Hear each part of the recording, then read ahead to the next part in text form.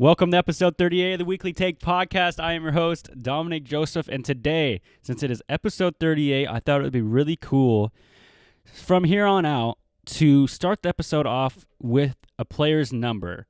So on episode 38, I looked at all the players that have had the best numbers, and I read some articles that, helped me. I'm not saying, I went to every 38 players' Wikipedia page and looked up their stats. That's not what I did. So maybe later. But episode 38, we have a guy who wore the number 38 in the Major League Baseball. His name is Curt Schilling. He's a 3-time World Series winner, one with the Arizona Diamondbacks, 2 times with the Boston Red Sox. He's a 6-time All-Star, famous for the bloody sock game against the Yankees in 2004. So if you were getting mugged in an alley and they say, all right, man, you're going to live if you could tell me a famous player with the number 38, you can now say Curt Schilling, the guy known for the bloody sock game against the Yankees in 2004. And that could save your life one day. But anyway, it's Weekly Take Podcast, episode 38. Let's start off with a little bit of NBA. Zion Williamson just recently signed with the Jordan Brand for $75 million for 5 years. This is one of the biggest contracts since LeBron signing with Nike, and I believe LeBron signed a bigger deal than him. It may have been 3 years for 67. I may have switched the numbers, but Zion Williamson is now with Jordan. And what do I think about Zion Williamson signing with Jordan? I think it's a good signing. I think it's because right now the Jordan Brand is really Russell Westbrook, and he's been in the league for a long time, and they needed some new face. And after the whole Kawhi drama, Kawhi is now with New Balance. So to have Zion with Jordan, I think is a very, very good thing. I like it. He's a young guy, and he's going to make highlight plays. He's one of those players who is going to make plays. You're going to say, did Zion dunk on this guy? Who'd he dunk on this time? He ripped the ball out of Kevin Knox's hands his first game, and that was a big play. That is very big for endorsements, and I think Zion Williamson will do very great for the Jordan Brand. Again, Kawhi Leonard and Paul George are now part of the Los Angeles Clippers, and they recently just did their press conference last Wednesday. Today is Saturday. July 27, 2019. So this was, last Wednesday. And Kawhi is wearing number 2. Paul George is wearing number 13. I think this is very good for the league because Kawhi and Paul George are 2 defensive guys, and you guys have heard what I've talked about for Kawhi and Paul George. But Kawhi made this statement that I really, truly believe that it's pretty impactful. A lot of people are saying, the Los Angeles Clippers, nobody believed, they would even be in this conversation last year. But they've consistently made the playoffs, and they've consistently been an okay team. Their front office hasn't really been in much trouble. After Lob City, they kind of just, became the shadow of LA. And it's always going to be that way, sadly, because of all the history the Lakers have. But in the past 6 years, the Los Angeles Clippers have been doing better than the Lakers. And Kawhi went as far as saying, as far as a basketball standpoint, the Clippers have been the better team. So, basically, everyone's like, oh, how are you going to live in the Lakers' shadow when the Clippers are the ones that have been doing better? And I think that was pretty cool how you brought that to attention. A lot of fans don't like to think that. A lot of Laker fans especially don't like to see that. But I think he made a very good that's facts right there. He's spitting facts. And he said a lot of things. He was not a Laker fan when he was younger. And, I get it. There's some people in the hometown I live in that don't like, Seattle Seahawks, which I don't get. But there's some people who are like that. In other NBA news, Boston signs Taco Fall, so the tall guy from UCF is now going to be signed by the Boston Celtics. I think he should be signed. I don't know why they wouldn't. I think he's going to bring some height to that team, and I think he's going to be one of those players that's going to be fun to watch on TV. Pau Gasol recently signed with the Blazers. I think that is going to help them tremendously. I really like Damian Lillard and CJ McCollum with him. Anyway, Paul Gasol is going to come off the bench, and I think that's just going to be a good pairing. To go back to the LA thing, the LA rivalry I just can't wait for. We haven't really seen the Clippers and Lakers have this top-heavy of a team, I don't think ever since I really started basketball. When Kobe and Chris Paul were both on opposite teams, that was something, but the Lakers are always way better. When you got LeBron James, Anthony Davis, Danny Green, DeMarcus Cousins, Kyle Kuzma going against, Kawhi Leonard, Paul George, and Patrick Beverly. You got all these big name going against each other. I think that's going to be very great for the league, especially that division and especially that town. People are going to want to go to Clippers games now. People are going to want to go to the LA Laker games now. It's very cool.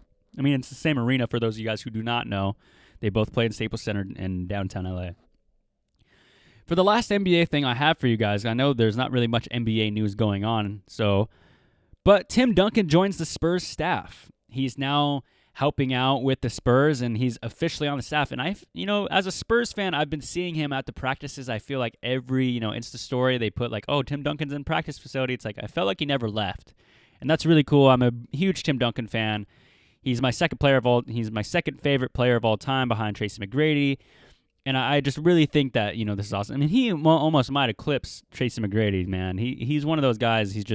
I really wish I could model I tried to model my game after him, but I don't play his position.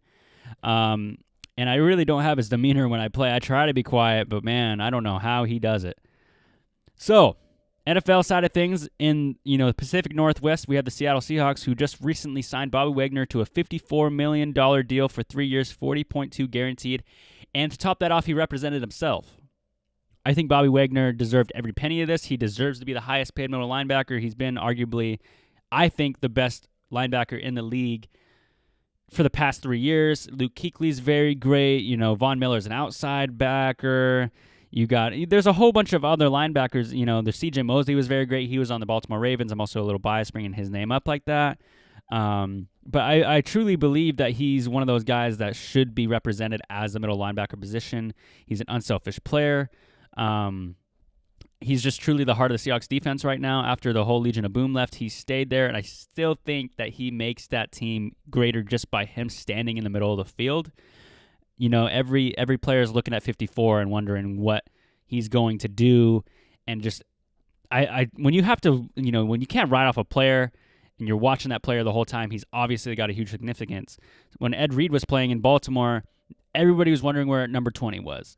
The same could be said for Sean Taylor on Washington Redskins. There's players in the league that 52 for Khalil Mack in the Chicago. You have to know where these guys are. And same thing goes for J.J. Watt.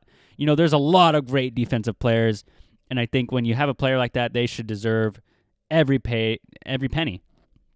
So to go on the other NFC side of things, we got Ezekiel Elliott misses a day of camp. To go on to the Ezekiel Elliott thing, for those of you guys who do not know who Ezekiel Elliott is, he is the running back for the Dallas Cowboys. And he has the past 3 years, Ezekiel Elliott has led the rushing 2 of the past 3 years, and one of the years he did not lead the rushing is the one where he was suspended. So you look at these, and you look at the running back salaries of Todd Gurley, making $14.3 million a year. Le'Veon Bell making $13.1. David Johnson's making $13 million a year. He deserves to be getting paid that much money. I truly believe so. And I think the reason why he isn't getting paid is the off-field tangents and all of the drama. I could see that, but when you have a player producing this much work, Ezekiel Elliott is not the type of guy who even gets plays in training camp, let alone off-season. So that's why I'm not really tripping too much about this. As long as he gets there, that week before the regular season. But still, you have to pay this guy. You cannot let this guy get angry. If you let this guy go, that's not good for your team. He makes money. He's a jersey sale guy. And he's a guy that people want to go see. That is the pure reason why they go watch the Dallas Cowboys. Some people, have their favorite player. That very well could be their favorite player. The same thing could be said for anyone. The third-string middle linebacker's family wants to go watch him just stand on the sidelines. But Ezekiel Elliott, I truly believe, deserves every penny. And I know I keep saying that a lot, but he really does. Another big running back in the AFC who plays for the Los Angeles Chargers, Melvin Gordon. He's a talented running back, and he's been doing great. Even in regular work, he's been doing great. And also, if you play fantasy, he's been a very big fantasy producer for points. And that's how I look at some things. I just like to think fantasy. So I don't know if you guys are big fantasy people. But Phillip Rivers goes as far as saying, Phillip Rivers is the quarterback of the Los Angeles Chargers, saying, "We love Melvin Gordon, but the running back is a deep position for us. And Tyrann Mathieu actually quote tweeted this and said, "Damn." And that's the same reaction I had. Like, how are you going to put your number one running back when you're a pretty good team? Like in the AFC, you're probably in the top 4 teams to probably represent the AFC with the Chiefs, New England, the Chargers. I would go as far as saying maybe Pittsburgh, maybe Baltimore. There's a whole bunch of good teams in the East, in the AFC.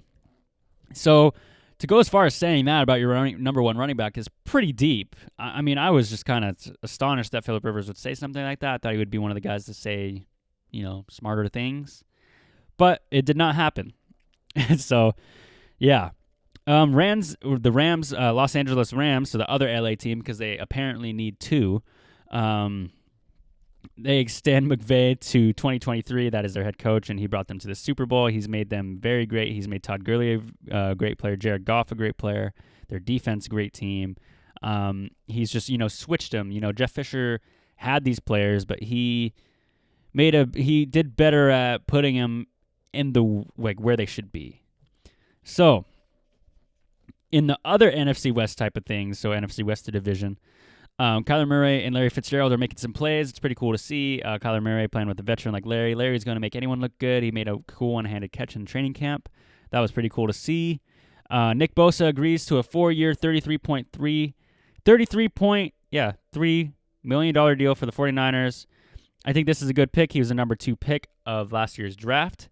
And I just think he deserves every penny of that. Deserves every dollar. Let's change it up. Let's quit saying penny here. But another signing that happened for the AFC South, one of the best safeties I truly believe in the league right now, behind Earl Thomas, obviously, Harrison Smith, I would go as far as saying, Eric Berry, a whole bunch of safeties, but Kevin Byard, I don't know if I said that wrong, said that right. 5-year, $70.5 million deal for the Tennessee Titans. I think he deserves all the money in the world for that. Tennessee's secondary is just even better with him back there. They don't really have the best corners, but when you have a great safety like that, it takes a lot of pressure off the corners. So if you have really good corners and not so good safety, that could help out. It's like vice versa. So the safeties are the people who sit in the farther back of the field, and the corners are the ones who directly take the receivers off the line. And then if they get past them, that's what the safety's job is to do, is to pick who he's got to go figure out where he's got to go. And I think he's going to do a very great job with that. And I think the Tennessee Titans defense is going to be something to be worried about. But again, that division has the Jacksonville Jaguars, Houston Texans, and I am totally blanking out. So there is the Tennessee Titans, Jacksonville Jaguars, Houston Texans, and the Colts. That's going to be a big, hard division to win. You got the Colts with Andrew Luck. You got the Texans with Deshaun Watson and DeAndre Hopkins. You got the Jaguars, who now have Nick Foles and Jalen Ramsey.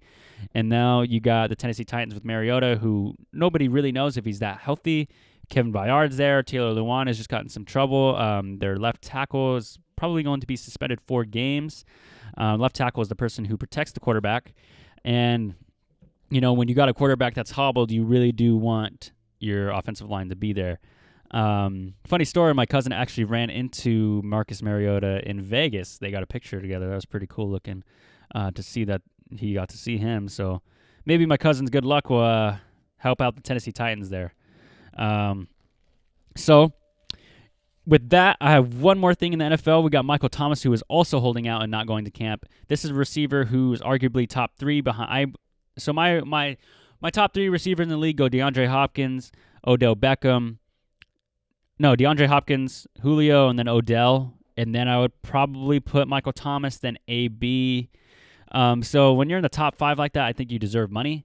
And then I'd probably go for number 6, Devontae Adams. Had to give a shout out to the Green Bay guy. But the Saints, they're stupid if they don't sign him. But I think, this will all blow over and he will get paid. So let's do another thing and for the NFL. Way too early Super Bowl picks and way too early MVP predictions. So, way too early Super Bowl picks. I got the 4 teams. So I got the AFC and NFC Championship. I got the Chicago Bears going into the Philadelphia Eagles. But then I have Chicago winning and representing the NFC. On the AFC side of things, I got New England going to the Kansas City, and I got Kansas City winning. So for the Super Bowl of 2020, I have the Chicago Bears against the Kansas City Chiefs. Now, a lot of people are probably like, how are you not putting this team? How are you not putting Baltimore? What about all the other teams in the NFC? What about the Rams? I just think the Chicago Bears were so close in the winning last year, and I think it's going to be cool, and I think they're going to get vengeance on Philly for the missed field goal, and I think Carson Wentz has a lot to prove after Nick Foles left. He doesn't have a fallback anymore. If he gets hurt, Nick Foles was not going to come save the day. I think that defense got greater.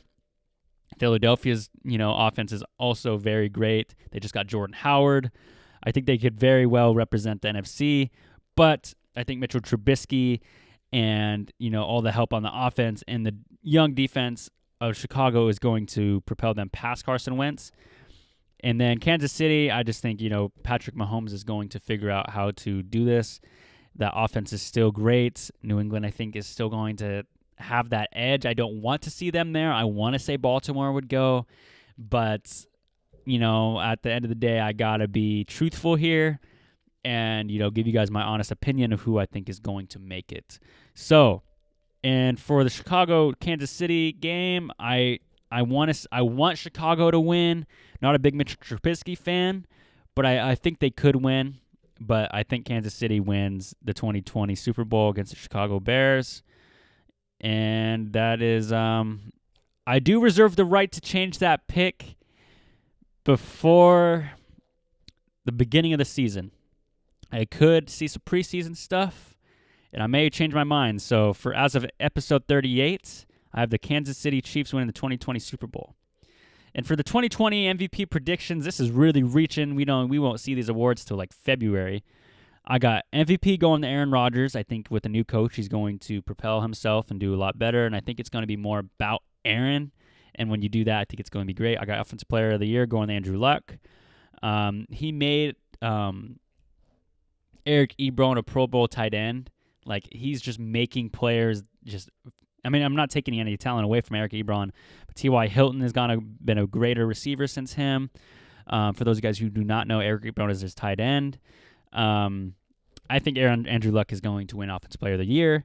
Defensive Player of the Year, I got it going to DeMarcus Lawrence. As much as I wanted to say Khalil Mack or Von Miller or, Earl Thomas, I think, DeMarcus Lawrence is going to do great in Dallas, and I think he's going to get a lot of sacks this year. Offensive Rookie of the Year, I got going to Daniel Jones for the QB for the New York Giants. I think he's just going to be the quarterback and get the Offensive Player of the Year. That's how I just think it goes. Defensive Player of the Year, Defensive Rookie of the Year, Defensive Rookie of the Year. I have Keenan Williams from Alabama, who's on the New York Jets, and I think he's going to get a lot of sacks this year too. Notice I did not have a middle linebacker or a free safety in the defensive spots. I did have a edge rusher and a defensive tackle and 3 quarterbacks, and that's just how it goes. It's really safe to say any quarterback could win any position on the offensive end because that's arguably the most, if not, it is the most important position on the offense. There's so many things you could do wrong. I'm not saying the line, wide receivers, running backs, tight ends don't have a great job because they are a big piece of every offense and an essential piece for any offense to be an offense. But at the end of the day, the quarterback is the one putting the ball in the air, handing it to the running back, controlling where the receivers are, getting the ball to them. So I do believe that the quarterback position is the most important. It's hard to say what the most important position is on the defensive side of things. I like to say middle linebacker, and I like to say safety because I played on the secondary side of things when I played football, so I'm a little biased. But when you look at the defensive tackles and the edge rushers and the outside linebackers stopping the run, getting through the offensive linemen, it's really hard to pick what the most important position is on the defensive side of thing. And that's what I really like about defense. It's more of a, I can't say it's more communication, but the way how you can move around before the ball is hiked, and that's what I really like about defense. So again, this has been episode 38 of the Weekly Take Podcast. Again, my name is Dominic Joseph. I'm your host of this show. For those of you guys who do not know, this episode will be available on YouTube, SoundCloud, Spotify, Apple Podcasts. Any way you guys can, reach out to the show, ask any questions, I will for surely answer them. I'll answer them truthfully. Like, Dom, what do you think about the Seahawks this year? What do you think about the Ravens this year? And I'll even say, hey, man, this blank person or whatever your name is asked me this question, and I want to give them an answer, and I'll give them the answer on Weekly Take. That's just how things go with me. I really love to get people involved, and I can't wait to have some people come on and talk some sports. again, episode 38, and I just want you guys to have a great day and, have a great one.